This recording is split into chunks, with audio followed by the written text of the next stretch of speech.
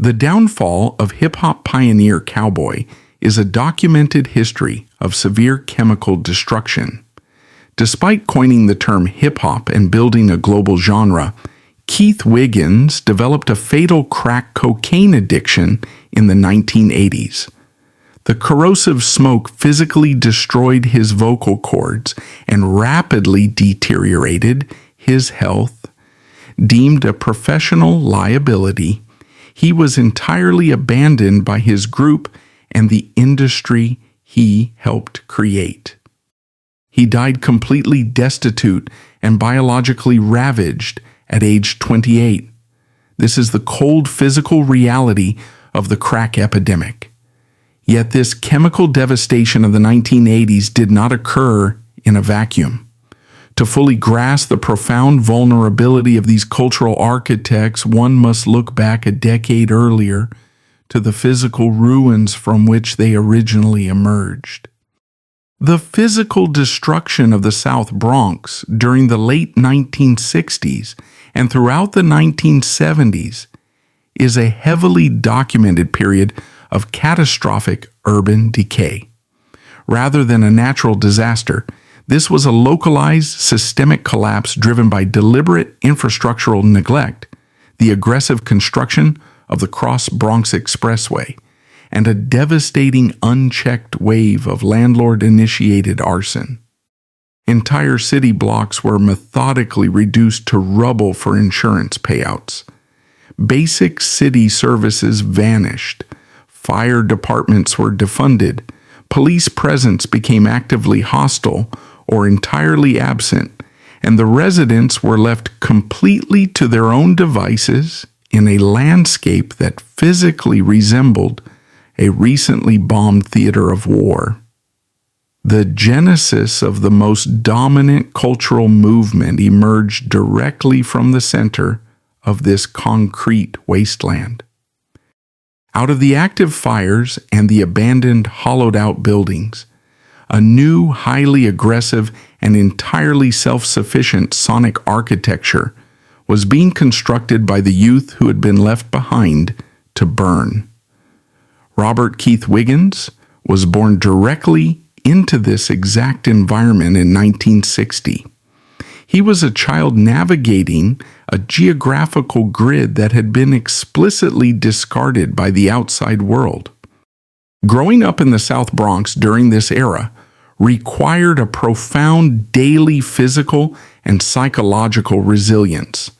In an ecosystem entirely stripped of traditional economic opportunity or institutional validation, personal identity and street reputation were the only true currencies available.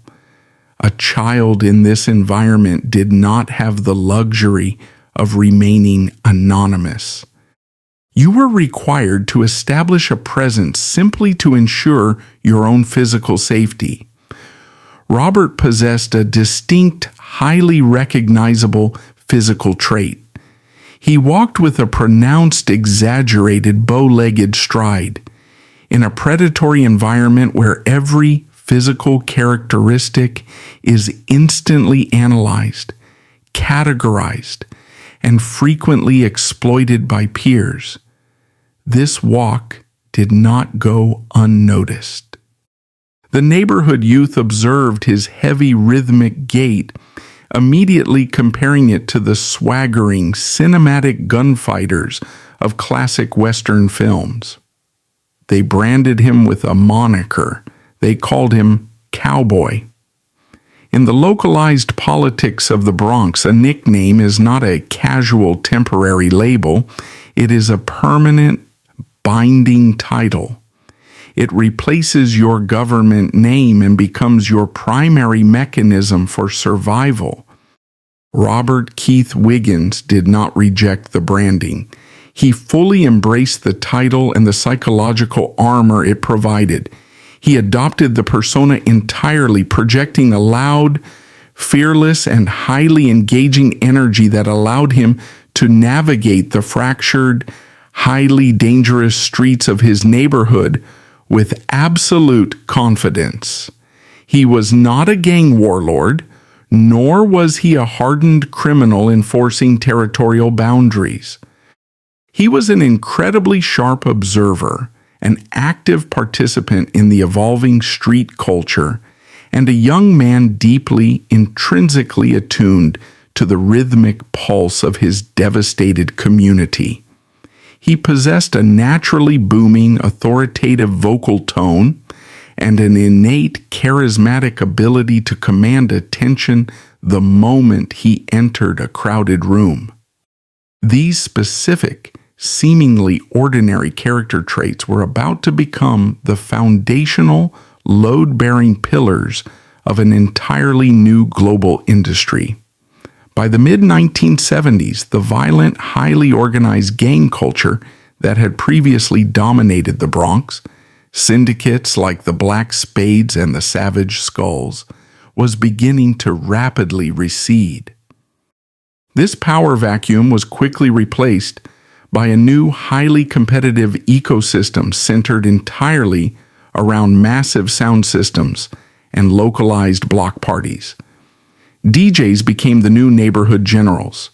They wired massive makeshift speaker cabinets directly into public lampposts, hijacking the city's electrical grid to power their turntables in dark public parks and cramped school gymnasiums.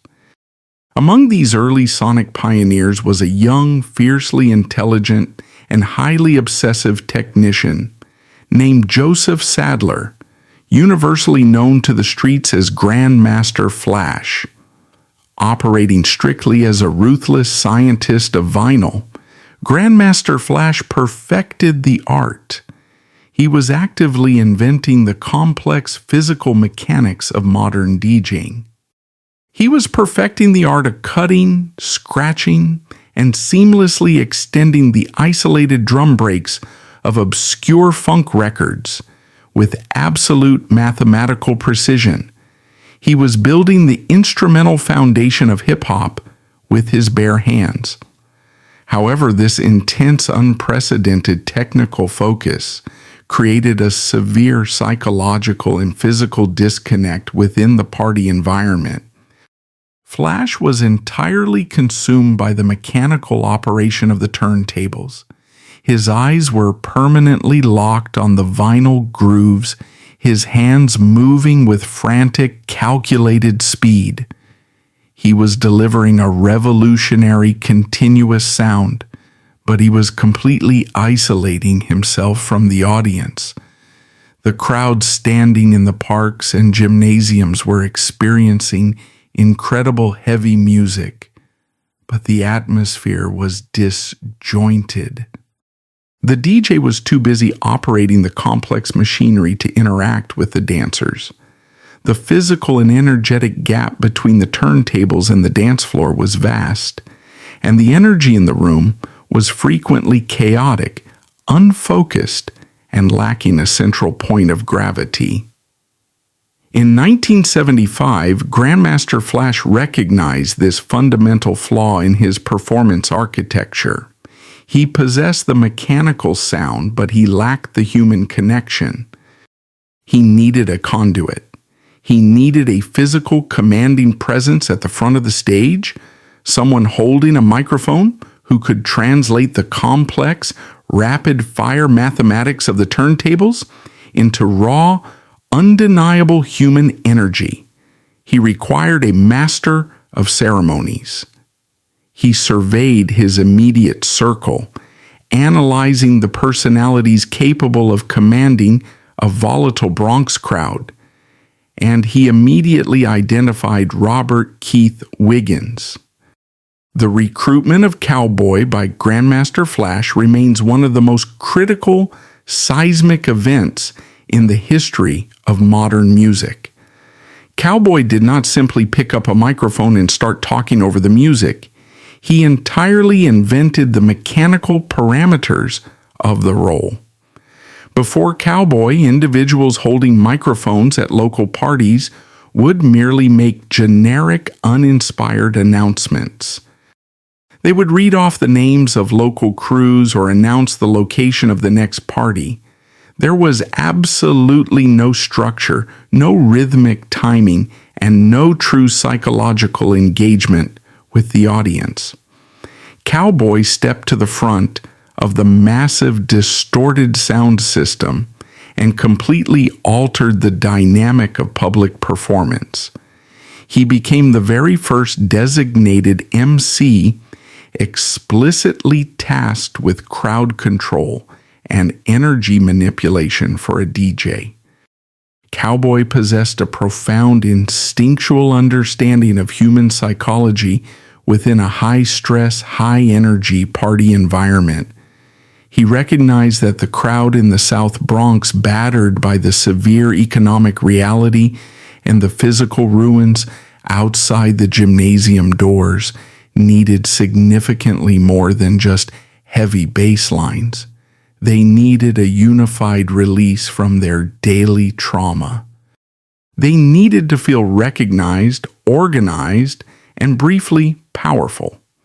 To achieve this, Cowboy engineered a specific vocal technique that would permanently define the genre and echo through stadiums for the next 50 years.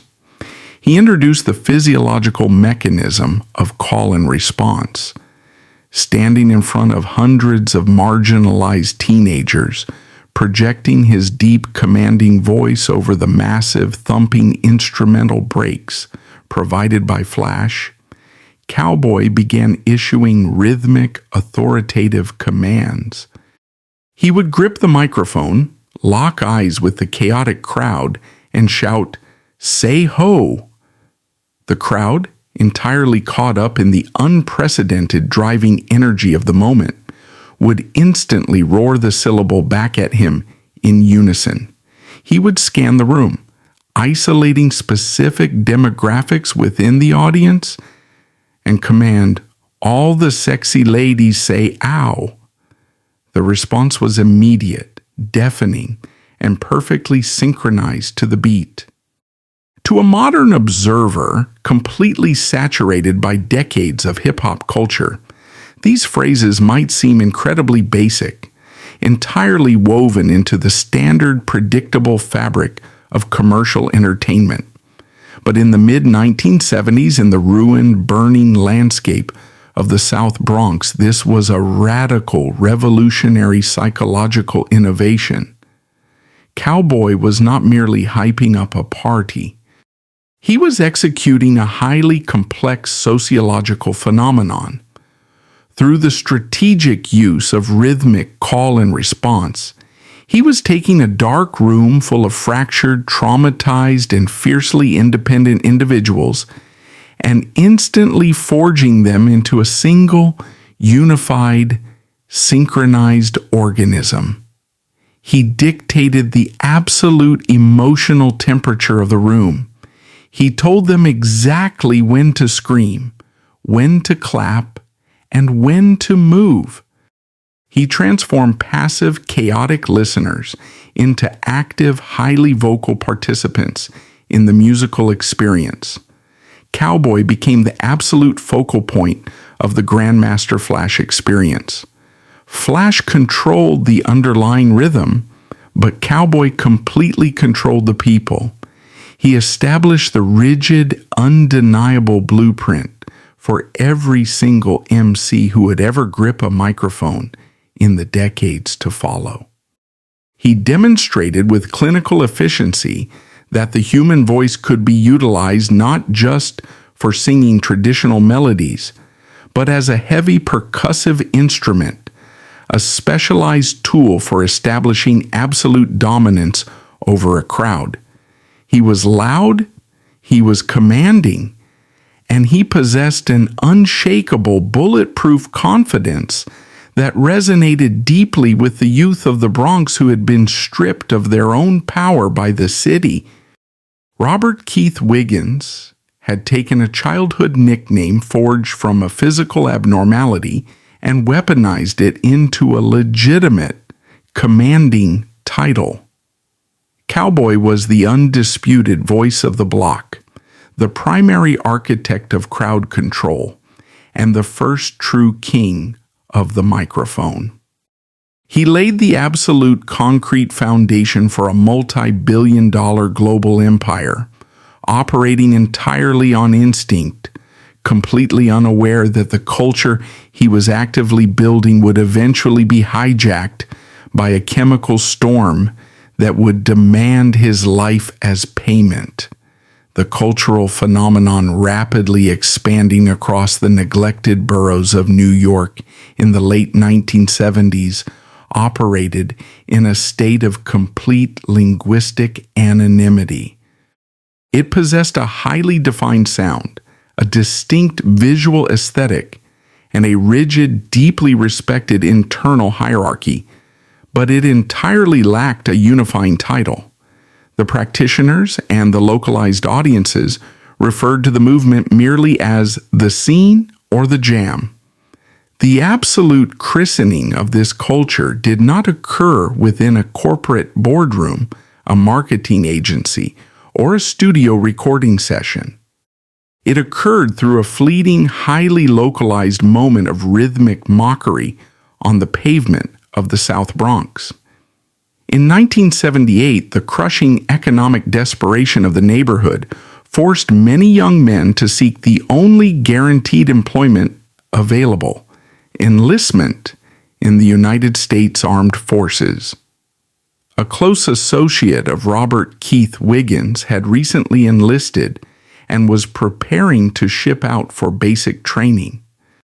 Cowboy, operating with the innate, relentless instinct of an MC who constantly manipulated rhythm and syllables, decided to mock his friend's impending military future. He began to vocalize the rigid, highly regimented cadence of a drill sergeant marching troops across a parade deck. He chanted the syllables, mimicking the heavy synchronized strike of combat boots on asphalt. Hip, hop, hip, hop. This spontaneous rhythmic scatting did not simply vanish into the Bronx air. Cowboy's central nervous system was entirely wired for stage performance. He absorbed the cadence, instantly recognized its infectious percussive utility, and immediately integrated it into his live routines with Grandmaster Flash. When the turntable breaks reached a fever pitch, Cowboy would grip the microphone and deliver the marching cadence over the instrumental, mutating the military drill into an undeniable high-voltage party anthem. He would chant, "I said a hip-hop, the hippie to the hip, hip-hop." The crowd absorbed the phrase instantly. It transitioned from a localized chant into a borough-wide identifier, and ultimately into the permanent, unalterable title for a multi-billion-dollar global empire. Robert Keith Wiggins, through a casual moment of neighborhood teasing, had accidentally engineered the linguistic architecture of modern youth culture. He named the beast that would eventually consume the world. As the collective formally solidified and branded themselves as Grandmaster Flash and the Furious Five, Cowboy's internal role within the group expanded significantly beyond vocal crowd control. He became the undisputed psychological and physical backbone of the organization. The transition from illegal, localized park jams to legitimate paid nightclub performances exposed the young group to a highly predatory, entirely unregulated entertainment circuit. Club owners and independent promoters in the late 1970s did not respect these young men from the Bronx. They viewed them as disposable, easily exploitable commodities, operating outside the protection of standard industry unions. When negotiations inevitably devolved into hostility and promoters attempted to withhold the group's financial compensation, the Furious Five did not rely on lawyers or management teams. They relied entirely on Cowboy. He possessed a massive, intimidating physical presence and an absolute, uncompromising loyalty to his brothers on stage. He was the enforcer. When hostile promoters inevitably refused to distribute guaranteed capital after grueling performances, Cowboy acted as the primary vanguard for his group. He did not hesitate to engage the hostile perimeter, utilizing his sheer physical mass and street-honed intimidation to enforce their verbal contracts. He absorbed the blunt force reality of the road, physically shielding his crew to ensure they extracted the money they had earned. This was not a localized street fight over neighborhood pride.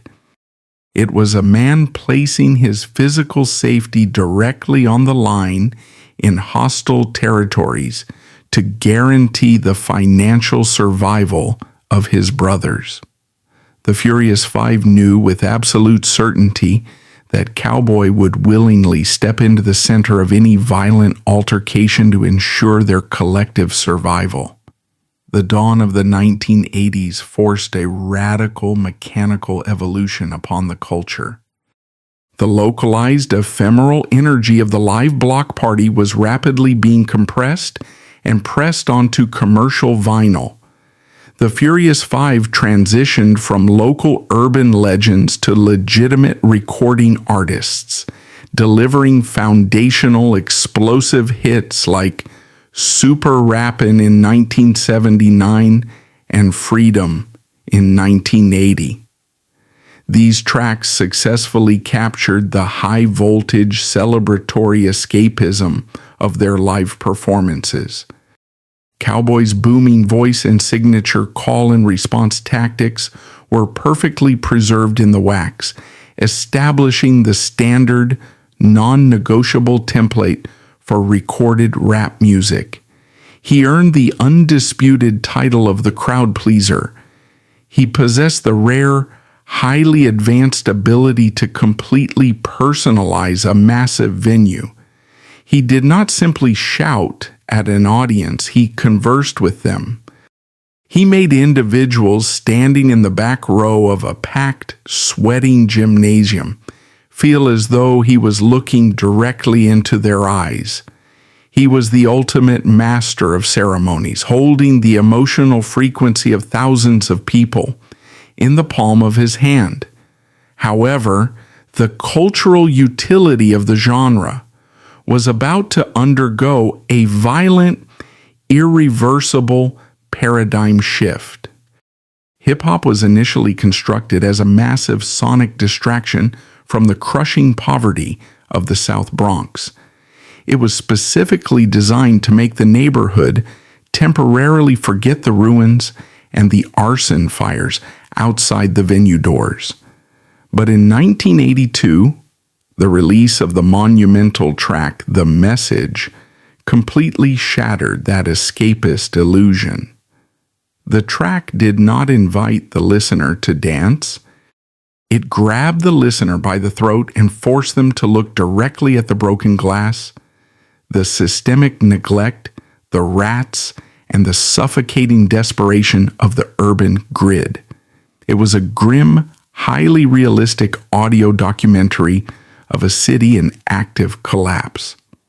Cowboy, alongside his group members, transitioned from party hosts to grim, street-level reporters.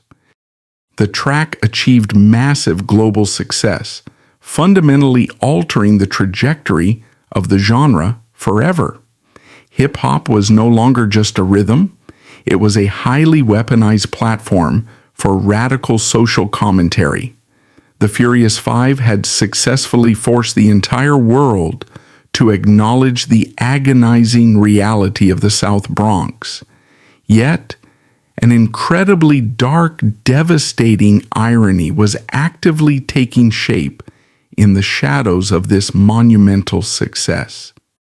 At the exact moment the group was achieving unprecedented global recognition for documenting the horrors of the street was quietly preparing to unleash a catastrophic chemical holocaust.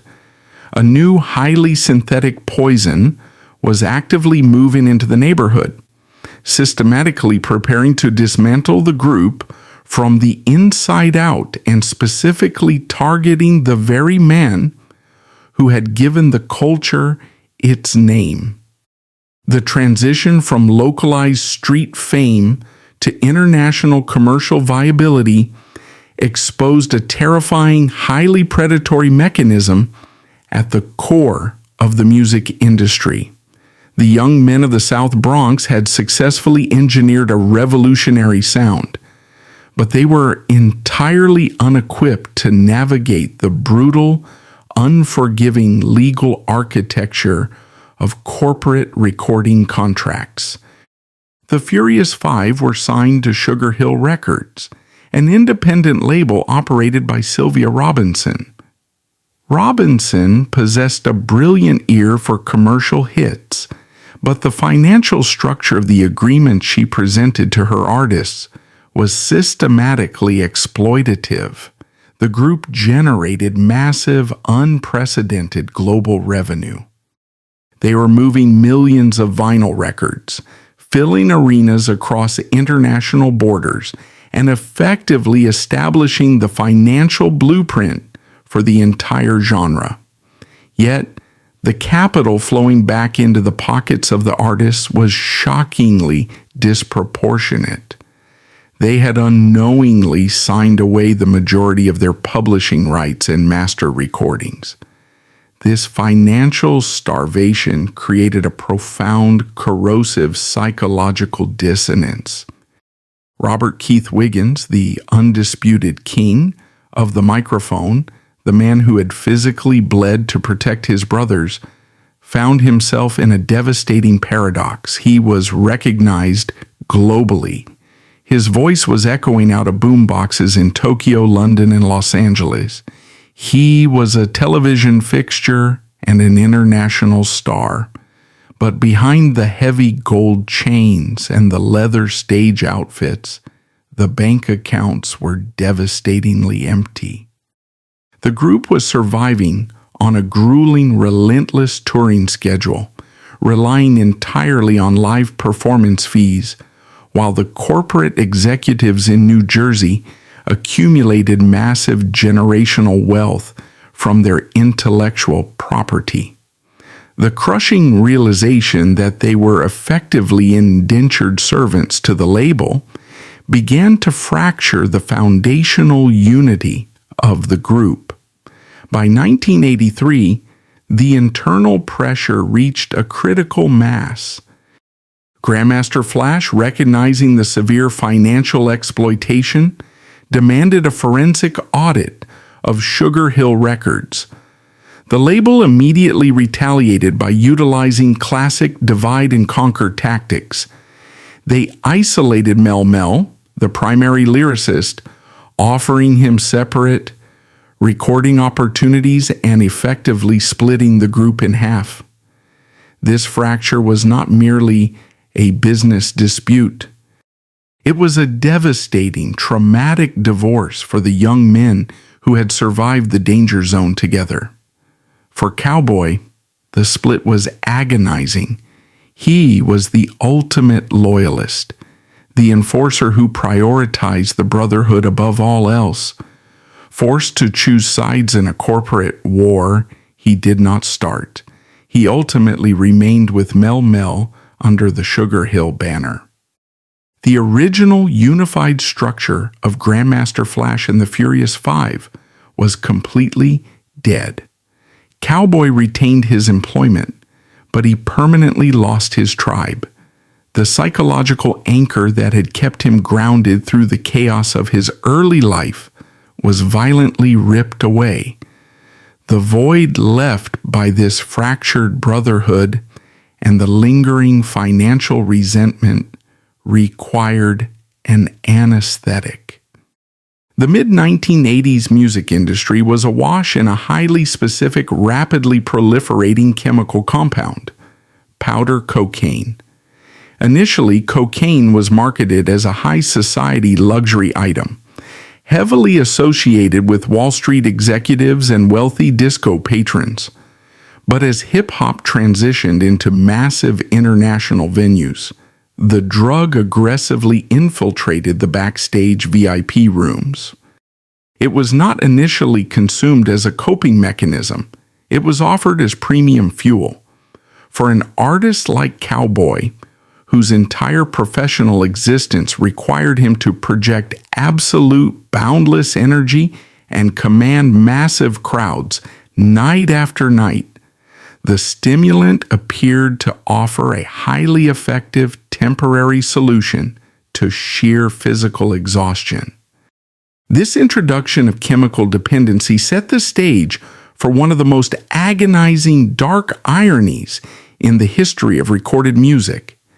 In 1983, the newly fractured iteration of the group released a track titled White Lines, Don't Do It. The song was a brilliant, aggressive, bass-heavy warning shot aimed directly at the escalating cocaine epidemic.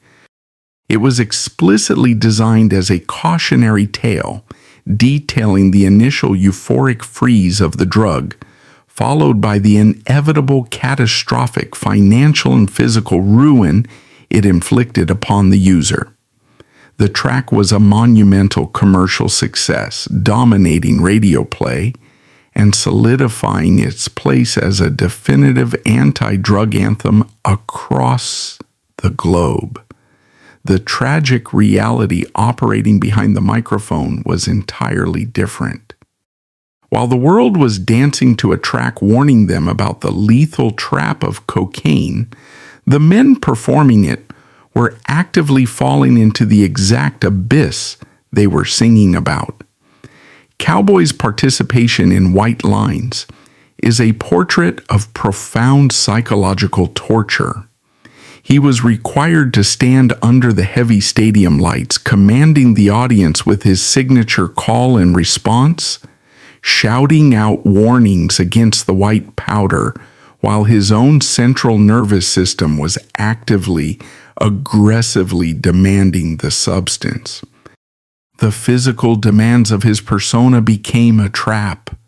The audience expected the crowd pleaser, the loud, invincible, energetic cowboy who could control thousands of people with a single syllable. But the man beneath the hat was exhausted, deeply disillusioned by the corporate theft of his art, and mourning the destruction of his childhood crew. To summon the massive energy required to meet the crowd's expectations, Cowboy began to rely heavily on the exact chemical he was publicly condemning. The powder provided a rapid, artificial spike of invincibility, allowing him to step onto the stage and execute his legendary routines. But the biological mechanics of cocaine are unforgiving. The drug heavily artificially stimulates the dopamine receptors, and when the chemical leaves the bloodstream, the resulting crash is catastrophic. The baseline of reality becomes unbearable, demanding immediate, increased replication of the high. What began as a backstage stimulant rapidly mutated into an absolute biological necessity. The brilliant, commanding voice of the South Bronx was slowly being chemically degraded. The tragedy of this era was heavily concealed by the chaotic momentum of the touring schedule. The industry executives did not care about the physical deterioration of the artist, so long as he could physically make it to the microphone and execute the performance. Cowboy was trapped inside a devastating high-speed loop. He was generating millions of dollars for a label that refused to pay him fairly, singing an anti-drug anthem to the world and slowly, silently suffocating under the very white lines he warned the youth to avoid.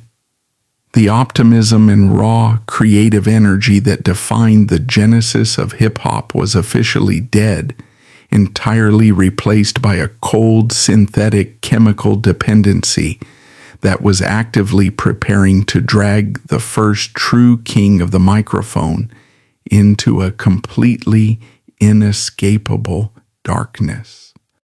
The late 1980s did not merely introduce a new phase in the evolution of urban poverty, it introduced an absolute, highly engineered chemical apocalypse. The transition from powder cocaine to its heavily processed, smokable derivative, crack cocaine, fundamentally altered the biological and social architecture of the American inner city. Powder cocaine was a slow-acting parasite, a luxury stimulant that drained bank accounts over years. Crack cocaine was a nuclear detonation. It was cheap, it was instantly accessible, and its physiological grip on the human dopamine reward system was absolute and terrifyingly immediate. It did not merely intoxicate the user, it completely rewired their central nervous system, instantly overriding all baseline human drives for survival, familial connection, and moral boundaries. It demanded one single action, continuous, desperate replication of the high. When this synthetic compound flooded the already devastated streets of the South Bronx, the optimistic rhythmic foundation of the culture Robert Keith Wiggins had helped build was completely annihilated overnight.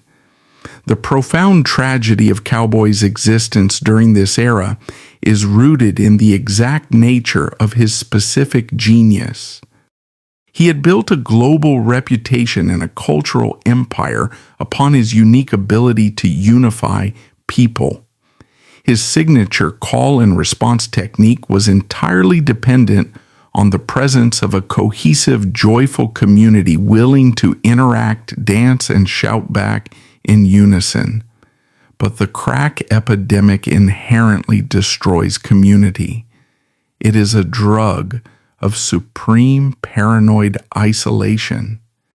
You do not gather in a crowded park to share a euphoric experience when consumed by this chemical. You retreat into the shadows. You lock the door of an abandoned tenement building, and you view every other human being not as a brother, but as a potential threat to your next hit. The massive unified block parties that defined the genesis of hip-hop completely evaporated. The parks emptied out, replaced by open-air narcotic markets. Cowboy stood in the center of a neighborhood he no longer recognized. The crowd he had so masterfully controlled for a decade had completely dispersed into the dark, consumed by the pipe. There was no one left to respond to the call. This environmental collapse mirrored the catastrophic internal collapse of the man himself. The transition from the VIP rooms of international stadium tours back to the concrete realities of the South Bronx was a brutal psychological whiplash. Stripped of his tribe following the corporate fracture of the Furious Five, entirely denied the massive financial wealth his intellectual property had generated, and physically exhausted by a decade of relentless performance, Cowboy possessed absolutely no emotional insulation. He fell directly into the epicenter of the crack epidemic. The descent was rapid and horrifyingly complete. The towering, intimidating enforcer who had taken a blade to protect his brothers was systematically reduced to a hollow shell by the chemical vapor. The booming, authoritative voice that had commanded thousands of people in Tokyo and London grew raspy and desperate, utilized now only to secure the next synthetic escape. The music industry, operating with its standard, cold-blooded pragmatism, did not pause to mourn the deterioration of its founding architect. As the 1980s progressed, the sonic landscape of hip-hop aggressively mutated to reflect the new, grim reality of the streets. The joyful celebratory marching cadence of hip-hop that Cowboy had spontaneously invented to tease a friend became entirely obsolete. The culture demanded aggressive, unfiltered survival narratives. The era of the park jam was dead, entirely replaced by the brutal, localized reporting of gangsta rap. The genre outgrew its creator, leaving Robert Keith Wiggins stranded in a bygone era, his legendary contributions rapidly overshadowed by a new generation of artists, heavily armed with drum machines and explicit tales of narcotic distribution. Yet, the ultimate, most devastating insult inflicted upon Cowboy was not executed by the streets, nor was it the inevitable passage of cultural time. It was a calculated, violently disrespectful corporate maneuver executed by his own former camp.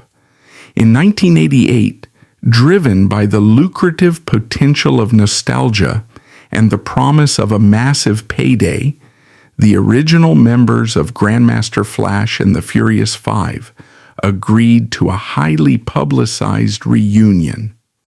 The objective was to record a new studio album titled On the Strength and embark on a global tour to reclaim their throne. The industry machinery demanded the visual return of the Founding Fathers. They required the iconic lineup to stand shoulder to shoulder for the press photographs and the album cover packaging. But Robert Keith Wiggins was completely lost in the chemical fog.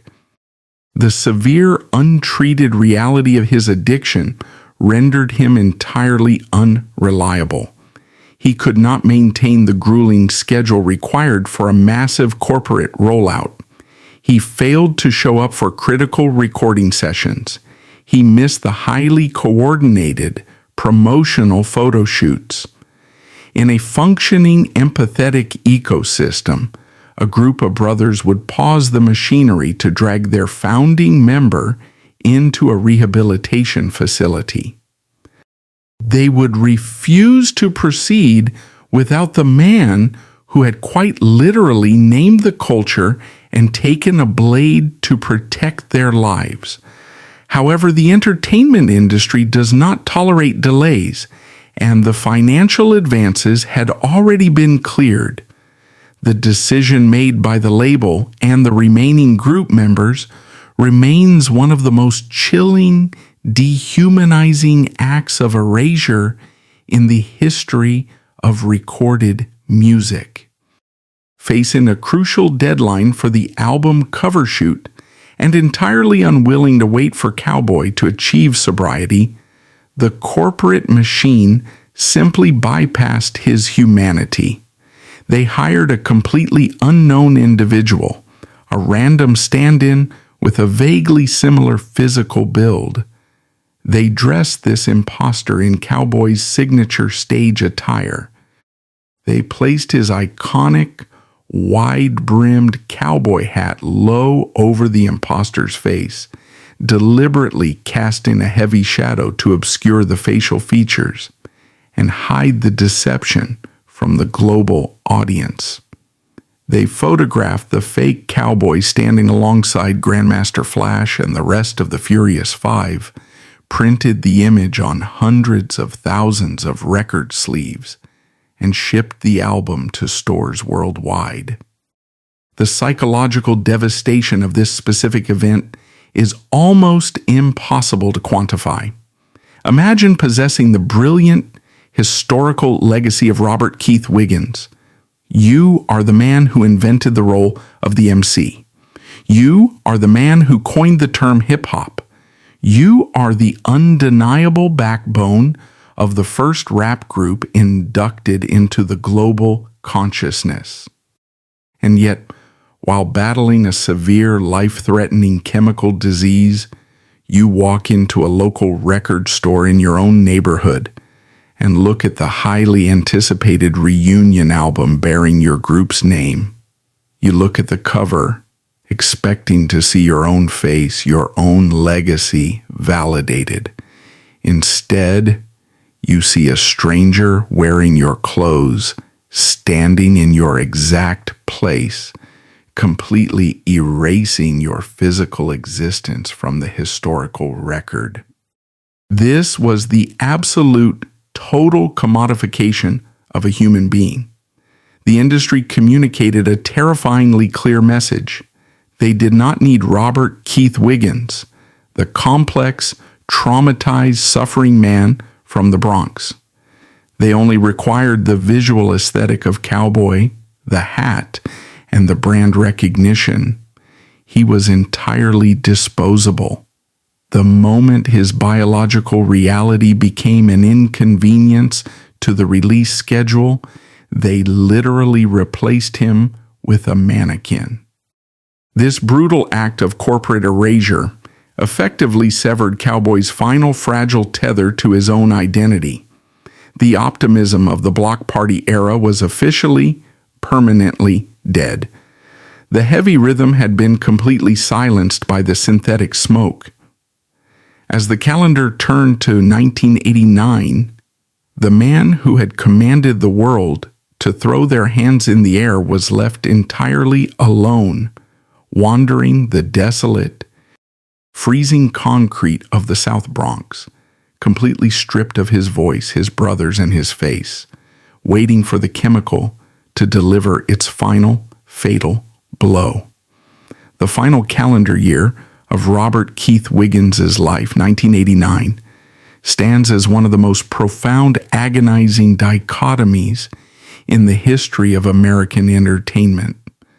The global cultural landscape had fundamentally shifted.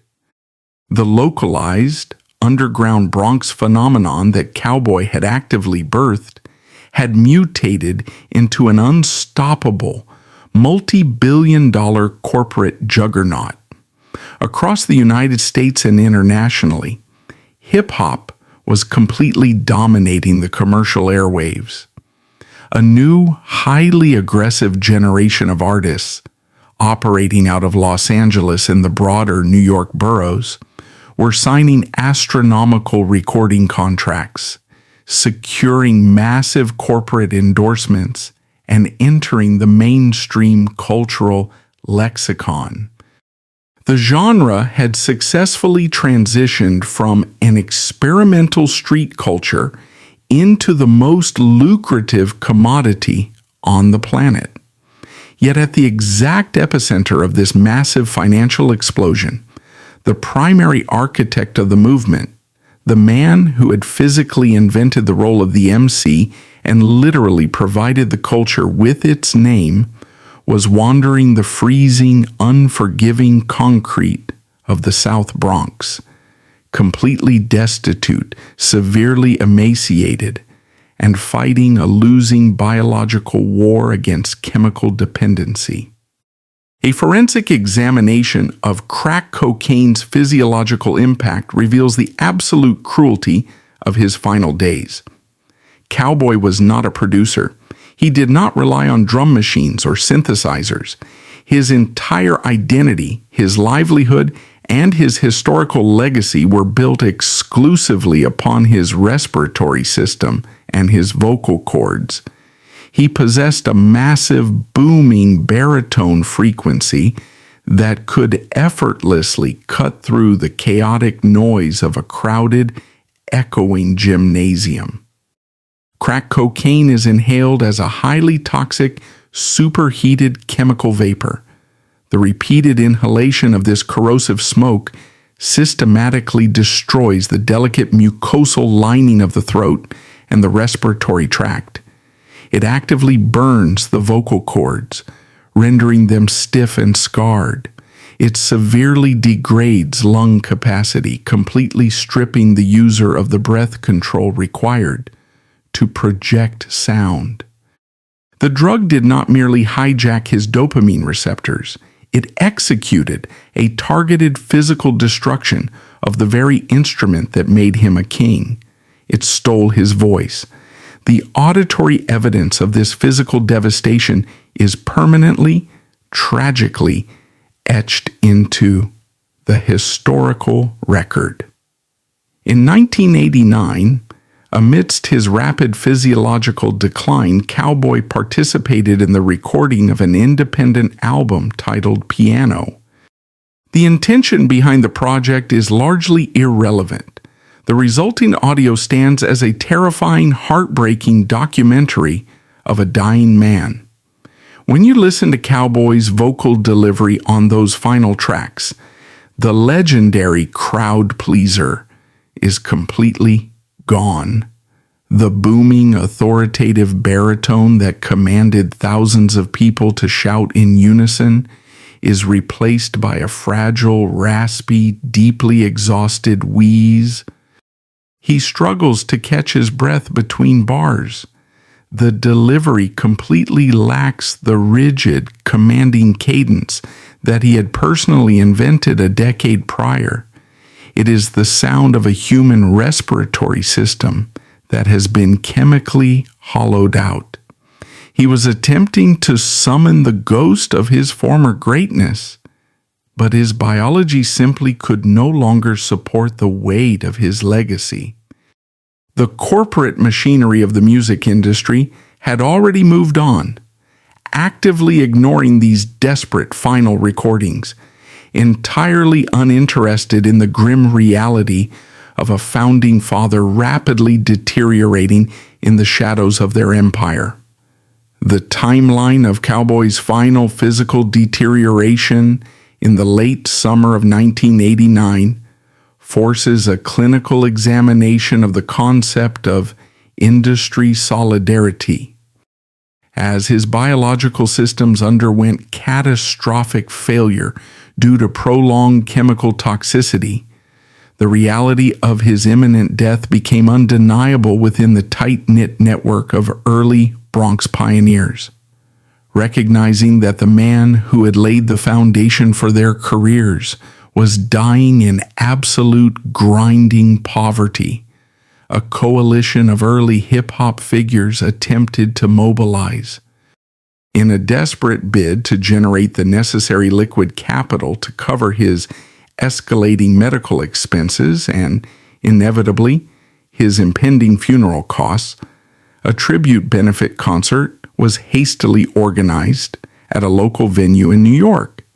This event is frequently cited in sanitized hip-hop histories as a heartwarming demonstration of the culture taking care of its own. The forensic, unvarnished reality of that night provides a much darker, highly cynical indictment of the burgeoning corporate rap economy.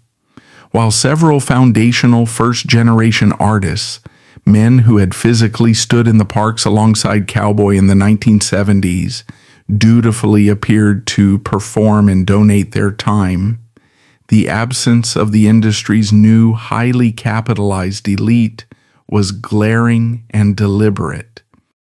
By 1989, the hip-hop industry was generating hundreds of millions of dollars in corporate revenue. The newly minted superstars of the era, artists who were actively utilizing the exact call-and-response mechanics Cowboy had invented to fill massive international stadiums, were largely absent from the benefit. The major record labels, the publishing syndicates, and the powerful booking agencies that were extracting massive profits from the very term hip-hop did not wire emergency funds, nor did they send executive representation. They viewed Cowboy not as a revered founding father, but as a toxic, highly unpredictable liability, a walking, breathing PR disaster severely afflicted by the crack epidemic they were desperately trying to distance their corporate brands from. The benefit concert generated a paltry, insignificant sum, barely enough to cover basic administrative costs. It was a spectacular, highly visible failure that proved conclusively that the brotherhood of hip-hop terminated at the exact intersection of corporate profitability and severe addiction. The industry was perfectly willing to sample the breaks of the 1970s and monetize the terminology, but they entirely refused to subsidize the medical survival of the architect. Cowboy was forced to witness in the final agonizing weeks of his life that the multi-million-dollar empire he had built with his vocal cords had actively decided he was not worth the cost of a hospital bed. This final humiliating display of corporate apathy shattered any remaining illusions of community, ensuring that he approached his fatal overdose not just physically ravaged, but entirely psychologically abandoned by the very culture he had named. The terminal velocity of chemical addiction offers absolutely no grace period and respects no historical legacy. By the late summer of 1989, Cowboy's physical form had entirely collapsed under the relentless assault of the narcotic. He was completely alienated from the massive financial structures that were currently exploiting the culture he named. He was surviving on the extreme periphery of the South Bronx grid, essentially homeless in the very neighborhood he had once ruled as absolute royalty. His internal organs, severely compromised by years of prolonged substance abuse, malnourishment, and absolute physical exhaustion, finally reached the point of catastrophic failure. On September 8, 1989, just days before he was scheduled to celebrate his 29th birthday, Robert Keith Wiggins died.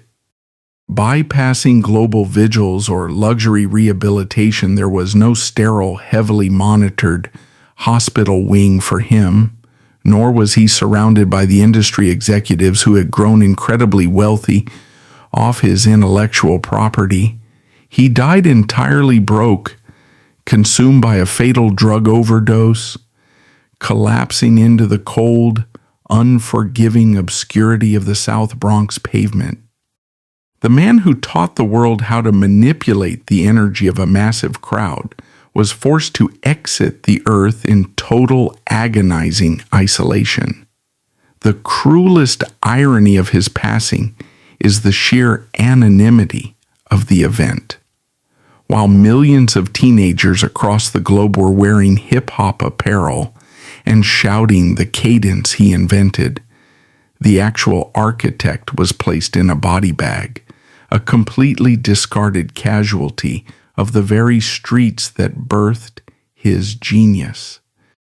The immediate aftermath of his death briefly pierced the cold, transactional armor of the New York hip-hop community. A sudden, heavy realization washed over the pioneering generation. The invincible enforcer, the man who had taken a blade for his brothers, the loudest voice in the room, had been utterly silenced. But the mourning period was tragically short-lived. The music industry operates on a high-speed, forward-moving axis. The record labels released brief, obligatory statements of condolence and then immediately returned to the highly profitable business of marketing the next generation of artists. Cowboy was buried, the dirt was moved, and the global culture he named simply accelerated past his gravestone without a second glance. The absolute staggering injustice of his poverty at the time of his death was quickly swept under the historical rug, entirely ignored by a corporate infrastructure that preferred to market the lucrative myth of hip-hop rather than confront the grim, lethal reality of its origins. It would require nearly 2 decades for the formal, institutionalized gatekeepers of music history to finally acknowledge the magnitude of his existence. The timeline of this delayed validation exposes the deep inherent hypocrisy of the entertainment establishment.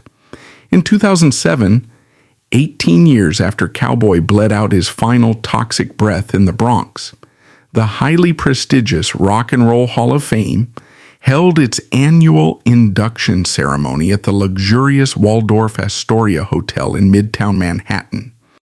The institution officially voted to induct Grandmaster Flash and the Furious Five, marking the very first time a hip-hop group was granted entry into the highest echelon of commercial musical history. The ceremony was a massive, highly publicized spectacle of wealth and corporate self-congratulation. The surviving members of the group stood on the glittering stage, dressed in tailored tuxedos, holding heavy polished trophies, and accepting the applause of the global elite.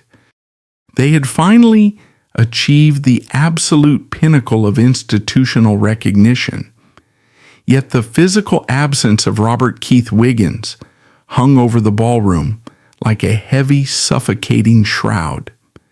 The industry was actively celebrating the architecture of the culture, while completely ignoring the brutal fact that the primary architect was rotting in a grave, having died with absolutely nothing in his pockets. They applauded the revolutionary invention of the MC. They acknowledged the global impact of the term hip-hop, but they offered only a fleeting, posthumous nod to the man who actually conceptualized those elements. The induction ceremony was a sterile, highly sanitized victory lap that entirely erased the blood, the stitches, and the lethal chemical trauma that Cowboy had endured to build their foundation. It was the ultimate, finalized theft of his legacy, granting him a bronze plaque only after they were absolutely certain he could never demand the financial compensation he was actually owed. The narrative of Robert Keith Wiggins is not merely a tragic footnote in the history of popular music. It is the absolute foundational DNA of modern global culture. His life exposes the terrifying, parasitic nature of the entertainment industry, a machine uniquely designed to extract raw, brilliant innovation from the most impoverished, vulnerable demographics on Earth, and immediately discard the human beings who generate it the moment their biological reality becomes inconvenient. Cowboy was not a casualty of his own lack of talent. He was a casualty of an ecosystem that completely lacked empathy.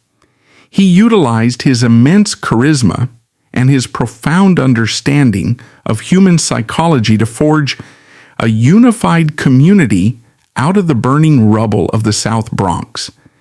He built a fortress of sound to protect his neighborhood from the crushing reality of systemic neglect. But when the chemical warfare of the crack epidemic breached the walls of that fortress, the culture he built was completely powerless to save him. The true, permanent monument to Keith Cowboy does not exist within the sterile glass display cases of the Rock and Roll Hall of Fame. It exists entirely in the active, living respiratory systems of millions of people across the globe. Every massive arena controlled by a modern MC operates on the exact psychological blueprint he drafted on the concrete of the Bronx. His most profound, inescapable legacy is embedded in the very language of the modern world.